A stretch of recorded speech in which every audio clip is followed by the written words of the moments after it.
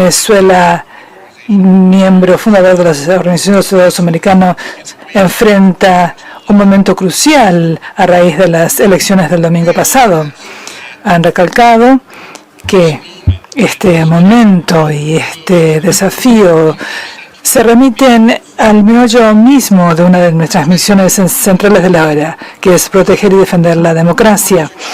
Señor presidente, Venezuela una vez más mostró el domingo cuán resueltos están los venezolanos tras años de retrocesos de recuperar sus libertades. Más de 12 millones de votantes participaron en las elecciones y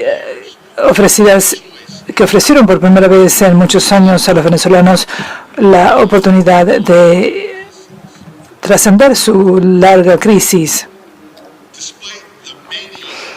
A pesar de los numerosos obstáculos que muchos colegas aquí han relatado, los venezolanos acudieron en grandes números para ejercer su derecho a votar y expresar sus aspiraciones con respecto a un futuro más próspero, estable y democrático.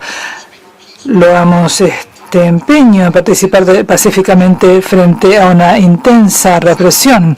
El lunes por la noche, los venezolanos esperaban que con respecto a las elecciones comenzaron a apagarse frente al hecho de que a muchos observadores los echaban de las mesas electorales mientras se hacía el recuento de los votos, y después de medianoche el Consejo Nacional Electoral controlado por Maduro declaró a Maduro ganador de las elecciones sin publicar ningún dato detallado ni los recuentos a nivel de mesa electoral, los actos que acompañan a los resultados, los anuncios de las elecciones en el pasado. Los resultados parciales que anunció el Consejo Nacional, del 80% de las actas, fue en contra de los sondeos anteriores a las elecciones, a la salida de las elecciones y los numerosos recuentos elaborados por observadores expertos nacionales e internacionales y la evaluación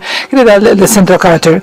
Todas estas evaluaciones indicaron claramente que Edmundo González recibió millones más de votos que Nicolás Maduro.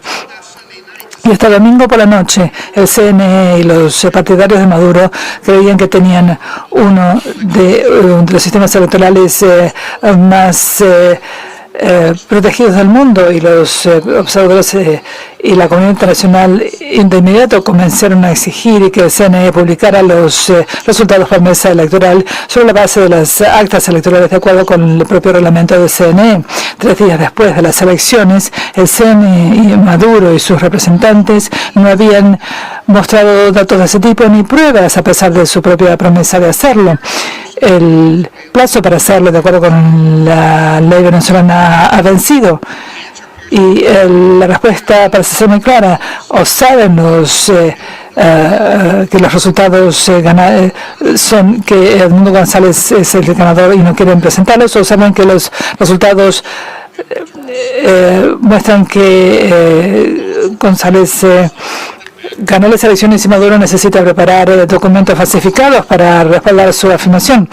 El CNE no ha presentado ninguna prueba de que algunos piratas extranjeros imposibilitaron la presentación de los resultados oficiales casi 3 días después.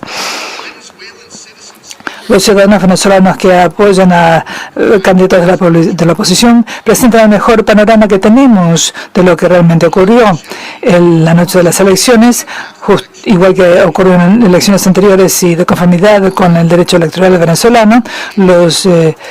Hubo testigos en las mesas de votación que hicieron un recuento con los códigos QR elaborados con las planillas y también copias de cada acta.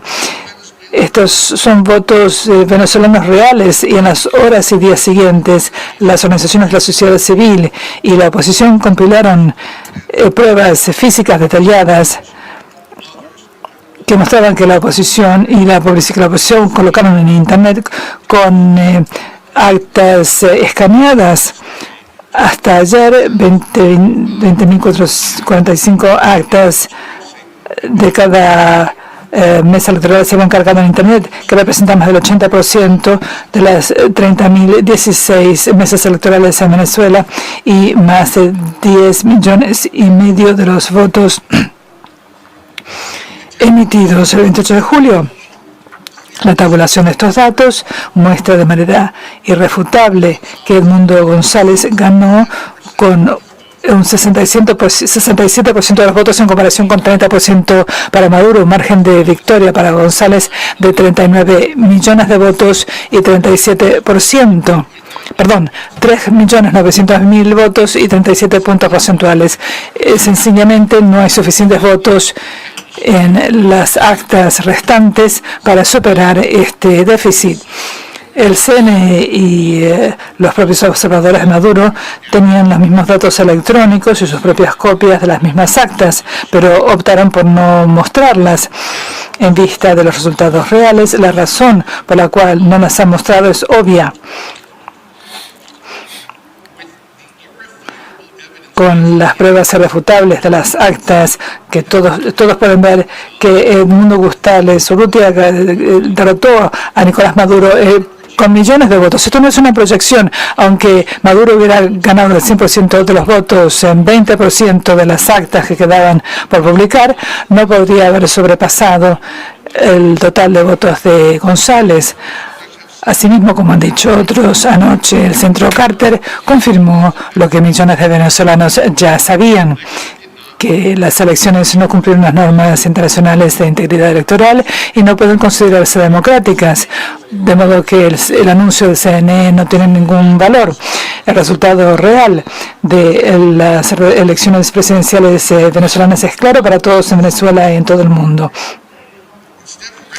En vez de reconocer los verdaderos resultados de las elecciones y de presentar datos detallados sobre las elecciones, como pedía la sociedad civil venezolana y el resto del mundo, los representantes de Maduro respondieron lanzando una persecución política de los miembros de la oposición y el uso de la fuerza contra manifestantes venezolanos pacíficos, cuya gran mayoría están insistiendo solo en la transparencia electoral y la integridad.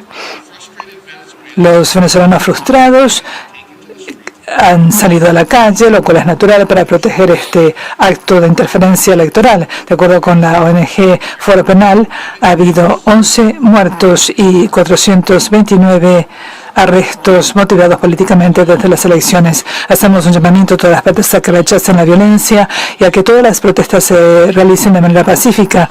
Hoy, mientras estamos aquí sentados, decenas de trabajadores de la oposición están en la cárcel y hay órdenes de arresto para el candidato Gonzalo y la líder de la oposición, Corina Machado. El arresto de los líderes no solo amenazará su bienestar y violará sus derechos fundamentales, sino que también violará los derechos de todos los venezolanos a elegir libremente a sus líderes y nos alejará aún más de una solución pacífica y sostenible para